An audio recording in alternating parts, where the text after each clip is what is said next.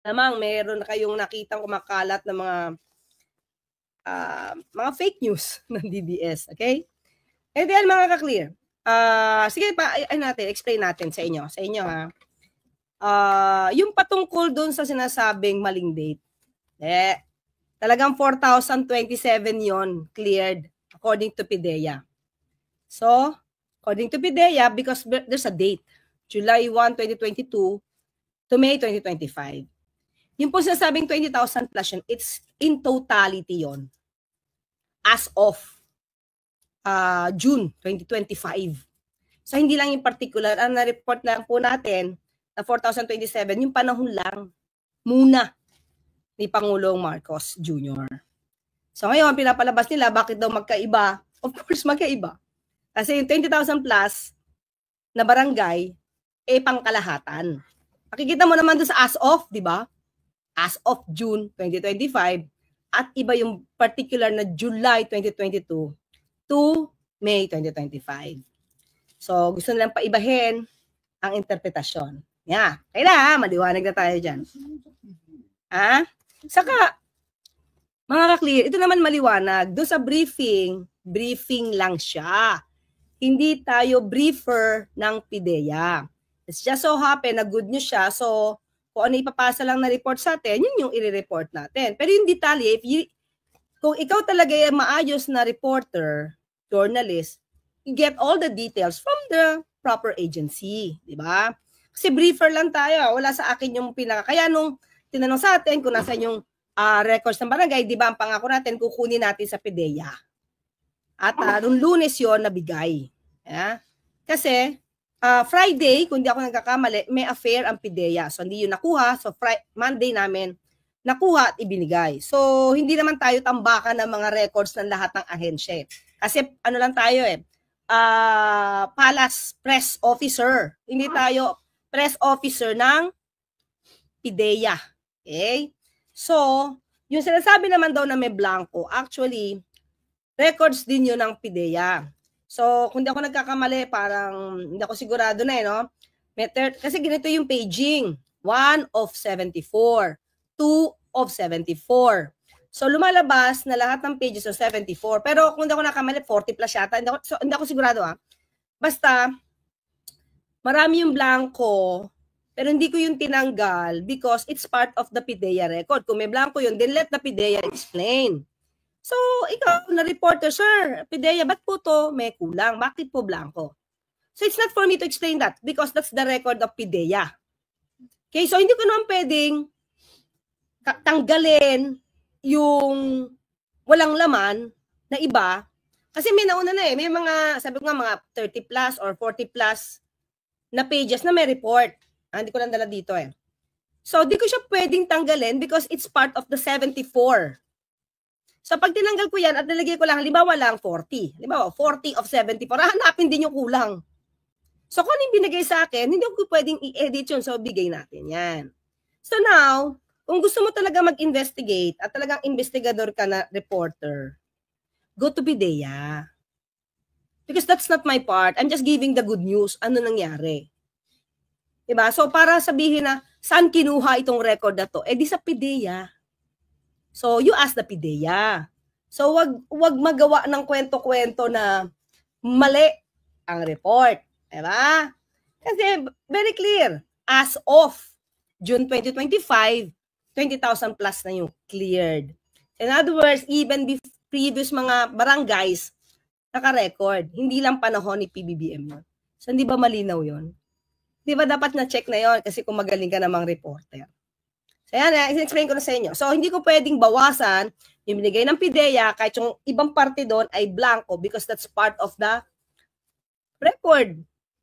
Pag ikaw, rooster, binigyan ka ng record, alam mo yung ibang parte doon ay blanco, tatanggalin mo. Hindi, di ba? Kasi hahanapin sa iyo bakit ito. Kasi kung ang numbering lang yun, 1, 2, 3, 4, 5, okay lang Hindi May 38 of 74, may 35 of 74. So how could I do that? Diba? If I will give you the record of the PIDEA, I'll give you everything. So hindi tayo pwedeng magtanggal. Then, if you have some questions, if you are really, really good journalist, ask the source. PIDEA galing, hindi naman sa akin galing yun, di ba? Okay, Shioni Sagun. But anyway, ito po ang ating, in-explain ko lang po sa inyo kasi ang daming pinapakalat ng mga DDS, ng mga fake news peddlers, mga fake news peddlers, gustong paikutin yung kwento. Okay, Yusek, may isang page, pinake news po kayo. Pinapakalat, may video daw, may relasyon daw po kayo, PBBM. Grabe na. Kadesperado ang mga DDS. Yeah, ganun sila kadesperado. Diba? Alam nyo naman kung kailan ba ako natanggap. Diba? February lang. Diba? Oh. So, tapos, may relasyon. Hindi nga ako makalapit ng walang paalam eh. At doon sabi ko sa inyo kahapon, di ba? Hindi pala, kaya ano ko pinakita. Sabi ko pala kanina umaga. Kahit tayo ay press officer na, hindi ako pwedeng lumapit katulad ng ginawa ng isang reporter na sugod. Hindi pwede yon. Diba? Kailangan ka munang magpaalam o humingi ng senyas kung pwede ka nang lumapit. Diba? Because he's the president. Diba? Hindi pwedeng, sir, unless you are allowed. Kasi meron kang tatanong. Without that, pwede basta-basta. Susugod. Diba? Dapat alam na nila yan. Okay, pasaway si feeling close. Yun nga eh. Sinukan sa aki eh. Sumagot na po ang PIDEA kanina, not your fault po, Atty. Claire. Yes, ay, kailangan lang naman. Kasi, diba? Ang dami kasing ginagawa. Ito yun eh. Nagtataka lang ako bakit may mga nagpapanggap na journalist pero obstructionist. No? Nagpapanggap na journalist yung iba, pero ang purpose lang pala is manira. Hindi to clear the facts, di ba? Hindi to clear the facts, pero lalong paikutin ng ibang anggulo para gustong-gusto ng mga DDS. So, yun yung nakakalungkot.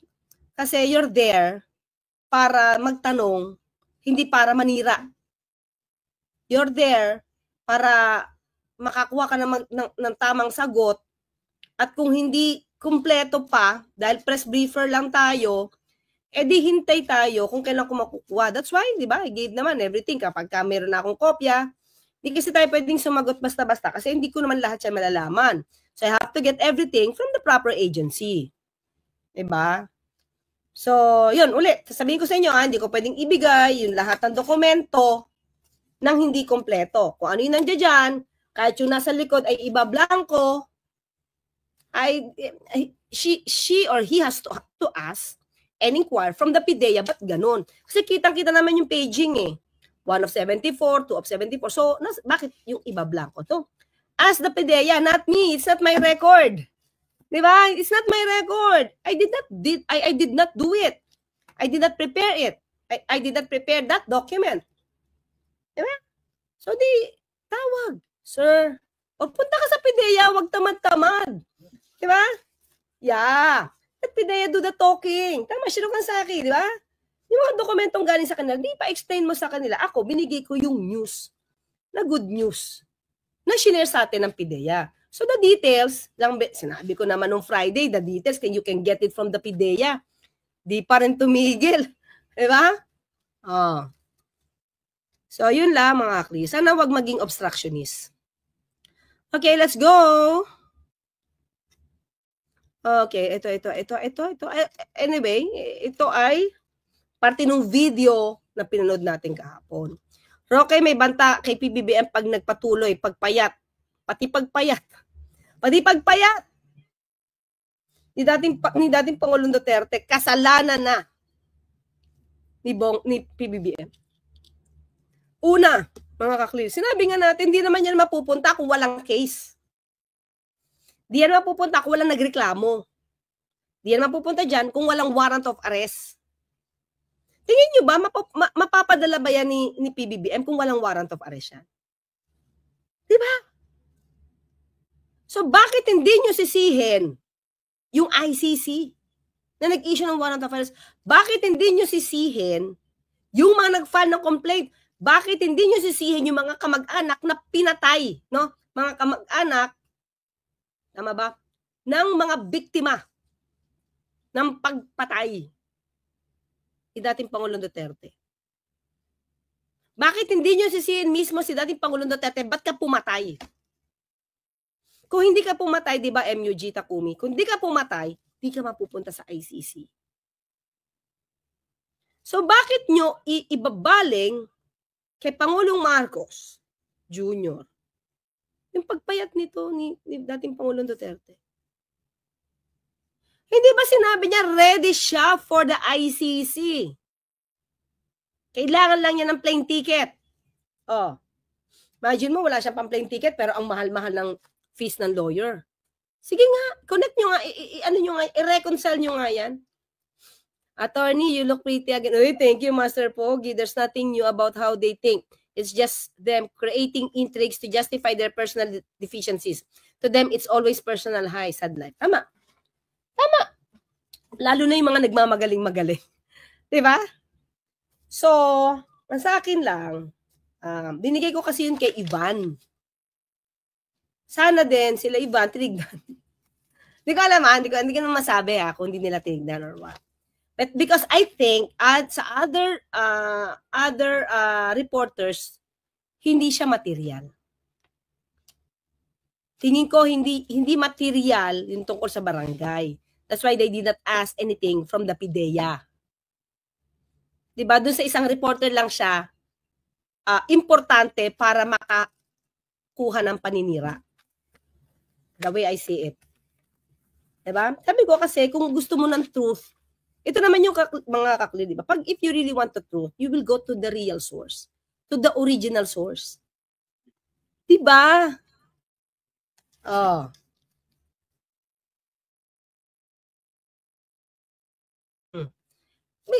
Ikaw, di ba pag investigate, ang tawag doon yung parang journalist, investigative journalist ka, if you really want the truth, you'll find a way.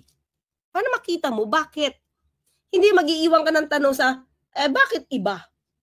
Talaga magkaiba nga yung period in timeline, time frame. Diba dapat doon pala nag-isip ka na Oh. Ayun nga di ba is Venezuela, briefing lang po kung gusto ng detalye sa PIDEA sila pumunta. That's the fact, di ba? Because hindi ako nag-prepare, wala ako doon sa pagki-clear ng barangay. Hindi ako pumunta sa barangay. So, get it from the PIDEA. Binigay ko sa inyo ito. Di ba? Ang problema, ako pa gustong pag-researchin. Ilan barangay? O, binigay ko naman. Di ba? Good faith Yung pala, ito twist. Gagawin pa ng intriga. Diba? Yon. So anyway, dito mga ka-clear. Bakit kailangan na si BBM? Walang mangyayari, wala tayong, ayan, hindi ko na alam kung saan siya nag-aral, Roberto. Wala dapat na issue sa ICC at malamang hindi tayo nag-withdraw sa ICC kung hindi pumatay si dating Pangulong Duterte. Kung wala siyang EJK. Diba? So, lahat na nangyayari kay dating Pangulong Duterte, kagagawan niya. So, wag niyong i-blame, Atty. Harry Roque. May kasalanan niya, no? Yung kaibigan mo, yung iniidolo mo, may kasalanan. May kaso.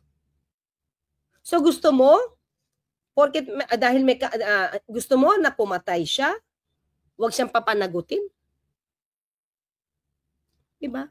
So bago kayo magalit kay Pangulong Marcos Jr., magalit kayo sa magalit kayo kay dating Pangulong Duterte.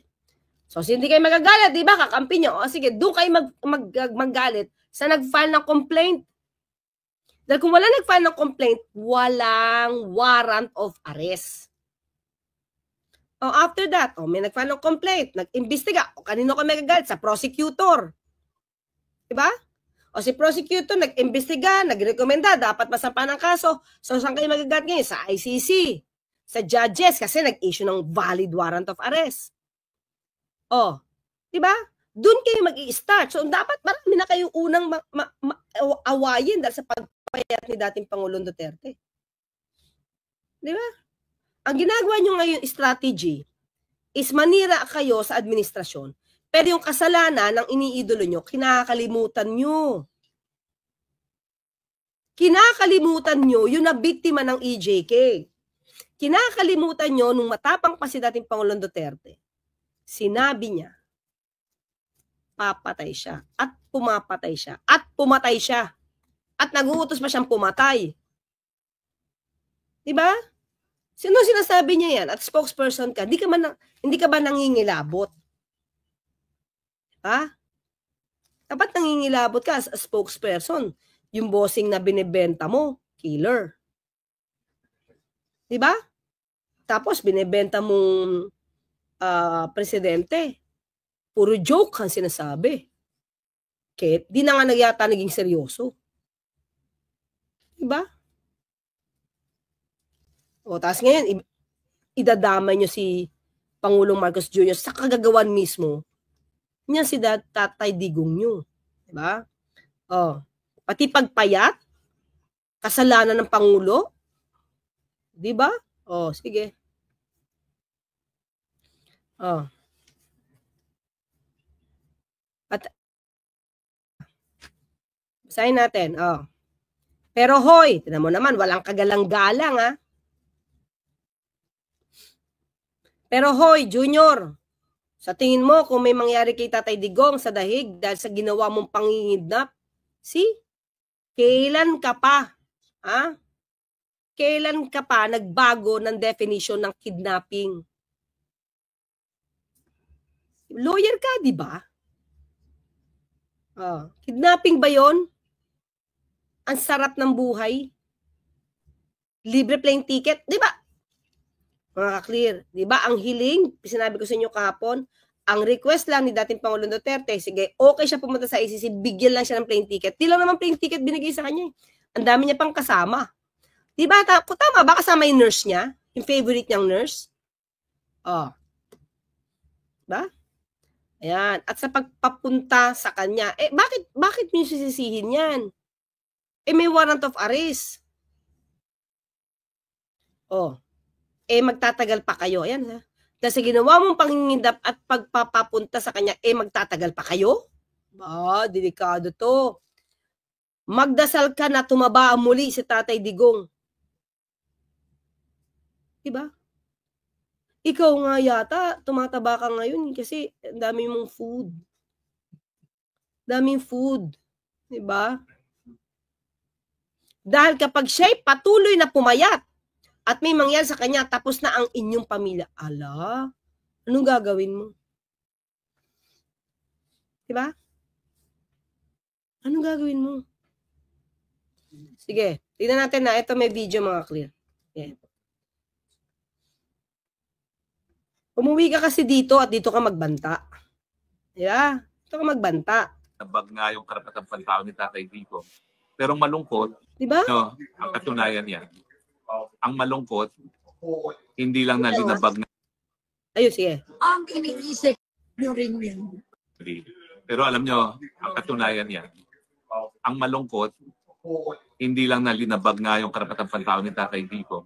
Pero malungkot, siguro, akala ng mga Marcoses, dahil pinakulong nila si Tatay Digong, magtatagumpay sila sa kanilang kagustuhan. Mga ka-clear, ang lakas ng loob magsalita ni Harry Roque patungkol sa karapatang pantao. Diba? Dating human rights lawyer, iba na nga yung definition ng kidnapping. Diba? Human rights lawyer dating nagbabanta na ngayon. Mga ka-clear, maliwanag. Talking about human rights? Paano yung human rights na pinatay? Hindi naman yung gawagwa, hindi AI, hindi robot yung mga pinatay. Tao. Kapwa mo Pilipino. Bakit hindi mo makita yung mga karapatang na-violate ni dating Pangulong Duterte at ng mga kasamahan nyo? Diba? Bulag. Yun ang masakit. Yun talagang masakit, Tony Harry Roque. Kapwa mo rin Pilipino, dinudungisan mo rin ang kanilang pagkatao. Patay na nga, di mo pa nirerespeto. Diba? Ulitin natin. Kaya nandiyan dyan yung mga taong yan nagdemanda dahil wala sila makuhang hustisya sa panahon ni dating Pangulong Duterte. Karapatan nila ang niyurakan. Pinatay. Wala pang kaso, wala pang desisyon, ang korte kung sila'y guilty o hindi sa ibinibintang patungkol sa illegal na droga, dedo na. Patay na. Ano pang klaseng pagyuyurak ng kanilang karapatang pantao? As compared sa pagpayat ni dating Pangulong Duterte. Diba, Tony Harry Roque? Kinakalimutan yung pilit at gusto mo yung burahin sa utak ng mamamayang Pilipino na si dating Pangulong Duterte ay umaming murderer at nag-utos pumatay. Wala yan sa naratibo nyo. Diba? May namatay, may pinatay, may ebidensyang patay. Diba? Naaawa ka kay Pangulong Duterte, dating Pangulong Duterte. Samantalang ang sinabi ni Elizabeth Zimmerman, okay naman, payat lang kasi may edad na. Pero hindi na siya nag-take regularly ng medicine, wala ng maintenance kasi mukhang okay naman. Diba? Ayaw mo niyan. Baka hindi na nga umiinom ng alak dyan. Diba? Tanong natin. Ito, wala naman akong personal knowledge. Tony Harry Roque. Sino ito makakaalam dito? Si dating Pangulong Duterte ba umiinom ng beer? Alak. Anong oras siya natutulog? Diba? Ano sabi ni VP Sara? Doon dumalaw siya. Okay naman, payat lang. Pero payat na mukhang healthy, sabi niya. Hindi tulad nung malaki pa yun siya na mukhang hindi healthy. So nakita niya yung difference. Ikaw lang ang nagpapalala sa sitwasyon. Diba? Kasi gusto mo lumabas, nakaawa-awa si dating Pangulong Duterte. When in fact, Ma'am Elizabeth and VP Sara, sinabi nilang, okay, payat lang. Diba? O, pati si Harry Roque nangangayayat na, payat na rin. Di nga may food Hindi ba? So ngayon, ikaw nagbabanta. O, sige, tuloy tayo. Wait lang. Video. Nangangayayat, ayan. Hindi ko alam kung sino nagbabayad ng food niya Na manatili sa pwesto forever. Marcos Part 2, Marcos forever. Sino bang gusto mo malagay sa posisyon? Kaaga-aga, wala pang 2028, gusto mo na ipasok si VP Sara? Sino ba nang gusto mangamkam ng posisyon? Diba? 2024 pa lang. Diba? 24, yung nag-start kayo magbangag-bangag. Gusto nyo nang kunin yung posisyon, BBM resign na kayo. Ganong kaaga nyo gustong mamuno? Diba? Gloria Macapagal Arroyo 2.0. Narrative nila yan, sisirain si BBM mula na makitang butas. Yun naman, di ba, ang pangako, di ba, Chess Master? Sisirain ng administrasyon. So, kahit ano na lang ang ibintang dito, gusto nilang ipapaniwala doon sa mga Pilipino, nabubulagan din. Diba? O, ayan, diba? Tabingi nga yung mukha ni Atty. Roque. Stress siguro. Pero, diba? Ang sa atin lang, Atty. Roque, wag mong idaan sa paawa. Pumunta ka dun sa, tanong, totoo bang pumatay si Digong? Umamin siya, di ba? Ilang beses siyang umamin? Nung presidente siya, umamin siya. Sa House, umamin siya. Sa Senado, umamin siya. Ikaw na lang yata hindi naniniwala na murderer si dating Pangulong Duterte. Di ba? Oh. Sige. Ayos na yun. Pero hoy, Junior, sa tingin mo kung may mangyari kita Digong sa dahi, dahil sa ginawa mong pangingid na papapunta sa kanya, magtatagal pa kayo. Magdasal ka na tumaba muli si Tatay Digong dahil pag siya'y patuloy na pumayat at may mangyari sa kanya, tapos na ang inyong pamilya. So ano gagawin mo? Nagbabanta ka rin sa buhay ng mga Marcoses? Pamilya na to, mga kaklira. Pagbabanta ito. O, ba't sabihin nyo, iba na naman ang interpretasyon. O, dapat, yung pagiging matapang mo, dito mo na lang gawin sa Pilipinas.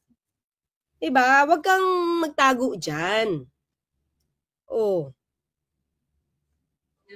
Kung nung una, kayo'y nakapunta pa ng Hawaii, baka hindi na kayo makaalis ng Pilipinas at magharumintado na ang Pilipino. Hindi ko sinasabi na gawin yan ng ating mga kapwa Pilipino. Oh! Nung pa lang yan, gusto nyo na nga noon pa, BBM resign, PBBM resign. Diba? Sabi mo nga, mag-EDSA ka eh. Ilan lang ba kayo dun? Siyam. Ilang beses nyo nang inattempt? Diba? Ilang beses nyo nang inattempt na siraan si PBBM? Mag-EDSA, power kayo? Pero wala eh. Bakit? Kasi may nakita ang mga tao sa inyo. Murderer, yung isa naman may assassination plot, tapos sumusunod ka pa na nagbabanta din. Diba? Saka, mag-explain muna kayo. Allegedly, hidden wealth nyo. Mas magiging okay kung yan ang pag-uusapan nyo dyan. Pero, hindi ko imposible yan. Patuhin na kayo ng mga taong bayan. Diba? Hindi ba ito nag-create ng hatred? Sowing hatred. Diba? Laban sa mga Marcoses? Itong ginagawa niya. May nangyari kay Tatay Digong dito sa Dahig. Mali kayo kung sa akala ninyo na wala ng problema sa inyo sa pamamagitan ng pagkikidnap nyo papunta ng Dahig si Tatay. Ano? Bakit nga ba kinidnap? Ilang beses na, alam mo sa mga totoo lang, ito yun eh. Style to. Sabi ng Sarah, maganda daw at slim ang ama niya kaysa mataba dahil mas makakasama sa puso ni Digong. Yes, Rose Corner. Nadinig ko rin yan eh. Sabi niya, mas okay ngayon kasi yung dating mataba, yung malaki yung tiyan. Diba na parang hindi healthy? Tapos ganyan dinadrama mo. Pag-exercisein mo, may nag-comment dito kagabi sa atin, nakalimutan ko yung name niya. Normal daw sa may edad na nawawala ng muscle. Diba? Tama ba? Basta pumapayat sila because of the muscle. So, ang kailangan lang ni Tatay Digong nyo ay exercise. Pag-exercisein mo, wag patulog-tulog. Buti nga siguro dyan, nakakatulog na maaga eh. Noon, alas 2 yata natutulog eh. Tatay Digong, pag minangyari, pangungot yan sa inyong lahat at sa mga henerasyon na darating ng Marcos, hindi kayo patatawarin ng sambayan ng Pilipino. Naku, paano kaya yun mga ka-clear? Ha? Paano kaya? Wait lang. Oops. Paano kaya yung hindi ma-report na confidential funds? Paano yung 12.3 billion na supposed to be dapat na pinapasori ng COA from the DepEd sa pamumuno ni VP Sara? Yung ba katanggap-tanggap?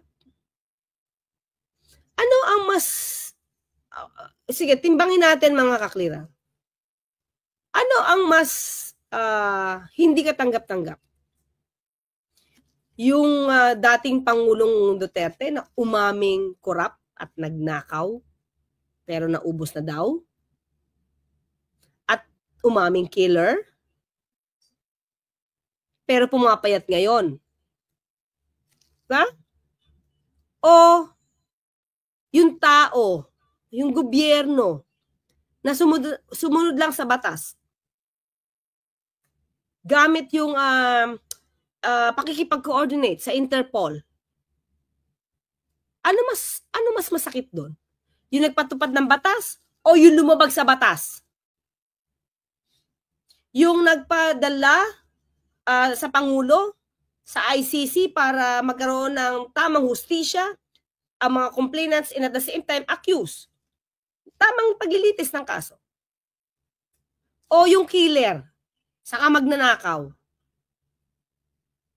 Sino ang dapat mas katakutan ng Pilipino? Timbangin natin. Ba? Kasi sinasabi niyong pakikidnap, may valid warrant of arrest eh. Pero ginugulo nyo yung utak ng tao para maniwala sa inyo na yung pagpapadala kay dating Pangulong Duterte dito, doon, illegal. Diba? Kaya nga, questionin nyo muna yung warrant of arrest bago nyo sabihin illegal. Nag-issue ng valid mga ka-clear, nag-issue ng valid warrant of arrest ang korte. Inamin ng ICC, unang hearing nila, diba? First appearance or initial appearance. Inisyo nila yung warrant of arrest. So, anong kidnapping doon, Atty. Harry Roque? Alam mo sa sarili mo, lawyer ka, na kapag may valid warrant of arrest, pwedeng arestuhin. Ang ayaw nyo lang kasing mangyari is dalhin doon sa ICC si dating Pangulong Duterte kasi ayaw nyo. At hindi nyo matanggap na may valid warrant of arrest. At hindi nyo matanggap na pinadala doon. Dahil alam nyo sa sarili nyo na malakas ang impluwensya nyo before pa. Hanggang ngayon. Malakas ang impluwensya nyo at alam nyo, feeling nyo, hindi kakayanin ng gobyernong ito na ipadala yung akusado sa The Hague. Diba? Yun yung dahilan. Kung ba't kayo nag-aalburot at sinasabi yung kidnapping. Diba? Pilit yung isinasantabi ang issue na ang ICC ang nag-issue ng valid warrant of arrest. Isinasantabi ninyo yung issue na may mga complainants at witnesses against Duterte. Lagi niyong ipapakita sa taong bayan, kawawa ito, kawawa kasi kinidnap. Kung kinidnap yan, mismong ICC ang magpapadala pabalik sa Pilipinas. Kay dating Pangulong Duterte, hindi na mag-i-start ang initial appearance. At hindi na kayo hihingi na interim release. At hindi na rin kayo hihingi ng mga disqualification of 2 judges kung talagang kidnapping yan. Hindi ba? Pero ngayon, the problem is, most of the Filipinos na sila lang ang nadidinig, silang pinaniniwalaan. Diba? Pag hindi ka talaga gumamit ng logic at DDS ang dating mo, hindi ka talaga maniniwala sa kung ano ba talaga yung nangyayari. Thank you po, Tato. Diba? Oh. So, galing kay Ivan Mayrina yung copy. Oo, ande after ganyan. Kasi diba ano sila, MPC ba? Segue tayong konti MPC yan sa mga reporter. Since si Ivan yung officer, kay Ivan ko binigay. Siya yung president ng MPC. Sa kanya ko binigay. And since I believe, hindi importante sa kanila yon, dahil hindi naman nila issue yon, yung tungkol sa BITEA, because they can get the records from the BITEA. Mismo. If they really want to get a complete, if they really want to make a complete story. Diba? Pag reporter ka, pumunta ka mismo sa ahensya. Kasi ako brief, diba? Briefing. From the word itself, briefer. Summary tayo. Hindi tayo yung details. So, most probably hiningi. Okay naman yun talaga naman for sharing yun. I asked the PIDEA if I can share that. Yes. So, hindi sa akin galing. Sa PIDEA. So, why question me? Eh, di question the PIDEA kung ano yung laman mismo. Diba? Pati date, alamin mo. Diba? Kasi what I got is the report of PIDEA to the President. That's why I said 4,027 July 2022 to May. 2025. I did not mention as of June 2025. Ang laki ng diferensya. Iba yung pinaka-specific na report patungkol kay PBBM, iba yung in totality. As of nga eh. Diba? Oo. Hindi, makapal kasi siya. Sabi ko, Eliezer, di ko siya, lahat ng binigay ng PIDEA, nung pinirint namin, I have to give it. Kasi nga yung paging niya is nakalagay 74 pages lahat. So kung may mga blanco sa likod, hindi ko yun matatanggal because that's part of the document of PIDEA. Pag tinanggal ko yan at lumabas, halimbawa 45 pages. Tapos nakalagay 45 pages of 70. Tapos binigay ko lang 45, then 46, halimbawa, blanco. Hindi ba ako hahanapan ulit at magkakaroon naman intriga? Bakit 46 lang to? That's why I have to give. And that's part of the report of, part of the records ng PIDEA. So kung bakit may blanco sa dulo, edi you ask the PIDEA. Huwag mang intriga if gusto talagang kumuha ng truth. Diba? May nanggaya yan. Actually, ang unang gumamit ng fake news factory, si ES. So, okay lang. Alam mo na, ang mga inggit, sabi nila, okay.